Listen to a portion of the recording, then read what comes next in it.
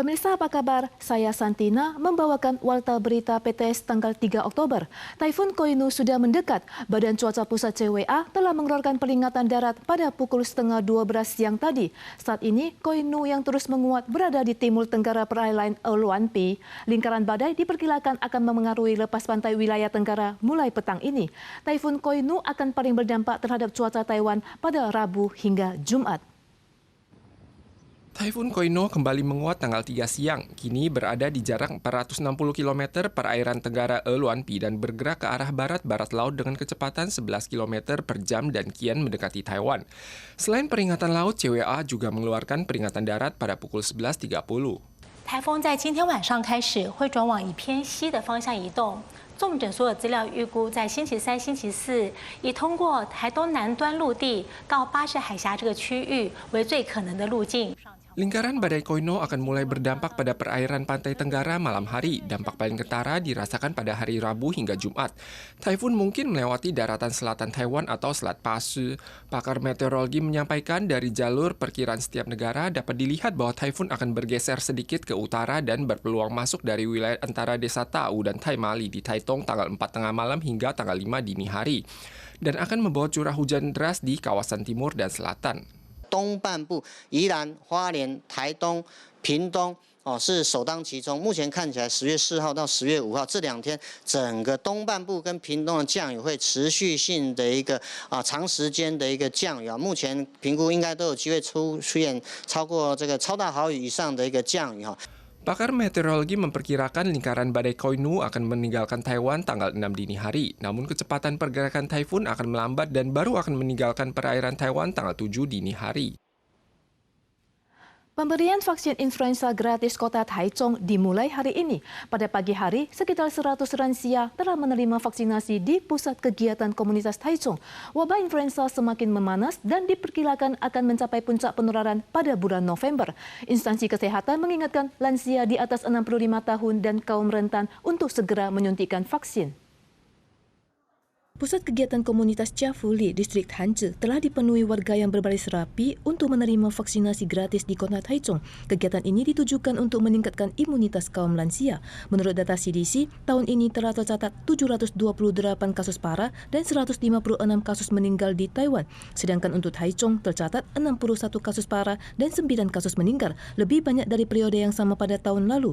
Berhubung November akan memasuki puncak masa influenza, Pemkot mengimbau masyarakat untuk menerima vaksinasi sesegera mungkin.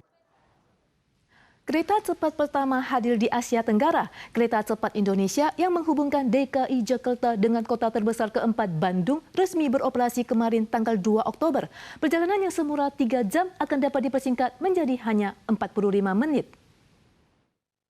Sambil menekan tombol peluncuran, Presiden Joko Widodo mengumumkan peresmian komersial kereta cepat Jakarta-Bandung. Kemudian bersama istrinya naik kereta tersebut untuk merasakan pengalaman ini. Durasi perjalanan Jakarta-Bandung dengan kereta api yang biasanya memakan waktu 3 jam, kini dapat ditempuh dalam 45 menit.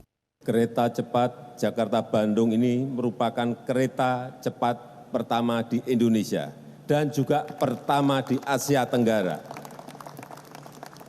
Dengan kecepatan 350 km per jam. Kereta ini dinamai WUS yang artinya hemat waktu, pengoperasian optimal, dan sistem andal serta melambangkan suara kereta yang bergerak cepat.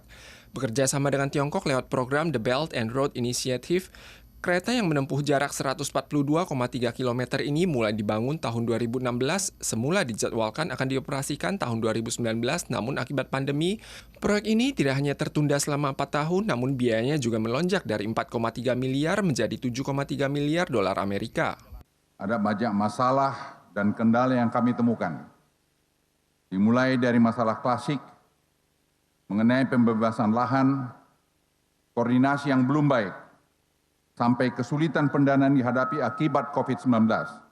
Walau sempat dikritik, Jokowi menilai kekurangan tersebut merupakan pengalaman yang berharga. Di masa mendatang, instansi terkait berencana memperluas jalur kereta cepat ini ke Surabaya di Jawa Timur dan membangun stasiun pemberhentian di beberapa kota besar seperti Semarang dan Yogyakarta.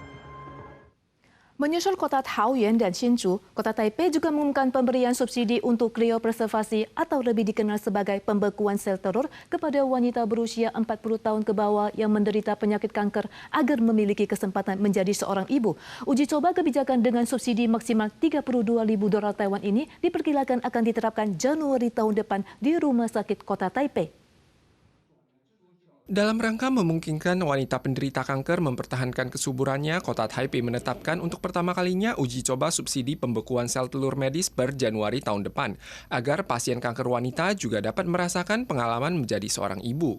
算是受用啦，因为就是给有些女性有多一次的机会，可以再选择不同的未来。 Sebenarnya Kota Taoyuan dan Hsinchu telah mengumumkan peluncuran subsidi pembekuan sel telur bagi wanita berusia 25 hingga 40 tahun. Sedangkan Kota Taipei menyediakan subsidi bagi wanita di bawah 40 tahun. Wanita pengidap kanker yang dinilai oleh dokter membutuhkan pembekuan sel telur dapat menerima subsidi maksimal $32.000 Taiwan per orang. Namun ormas wanita menilai masalah krisis angka kelahiran tidak dapat diselesaikan saja dengan hanya subsidi reproduksi buatan. 对我们少子化整体的趋势来讲，其实并没有太大的帮助，但是很可能会花费我们纳税人非常多的钱。 Ormas wanita menekankan jika pasangan muda ingin memiliki anak, mereka harus menciptakan lingkungan pengasuhan yang ramah dan jika wanita yang membekukan sel telur ingin mencairkannya, mereka masih dibatasi oleh UU Reproduksi Buatan karena peraturan penggunaan sel telur beku saat ini hanya terbuka bagi pasutri heteroseksual yang tidak subur dan tidak termasuk kaum LGBTQ dan wanita lajang. Suhu tinggi di musim panas Taiwan sering melebihi 30 derajat. Untuk menjaga kesegaran tomat bistik, perusahaan teknologi pertanian di Yunlin mendatangkan teknologi rantai dingin untuk menjamin kesegaran tomat sejak panen hingga pengemasan. Selain itu juga melakukan integrasi kontrak dengan petani lokal untuk menjaga kestabilan kuantitas dan harga, serta membuka pasar dan bersaing di dunia internasional. Tomat bistik yang selesai dipanen segera dimasukkan ke pabrik pembekuan. Setelah selesai proses pembersihan, sortir dan pembekuan cepat, tomat bistik yang semula hanya bisa disimpan selama 10 hingga 15 hari dapat diperpanjang hingga 1 tahun. Harga tomat bistik jatuh pada sekitar $80 Taiwan per kilogram pada Agustus dan September. Tetapi kali ini harganya naik menjadi $300 Taiwan setelah diserang badai. Dengan adanya pemrosesan rantai dingin, harga di pasaran akan lebih stabil. Ditambah dengan adanya bimbingan Badan Pertanian dan Pangan dalam hal integrasi kontra, harga tomat bistik diharapkan dapat bersaing di pasar global. Para pemirsa sekalian, sekian warta berita dari PTS. Kita suara lagi di lain kesempatan. Sampai jumpa.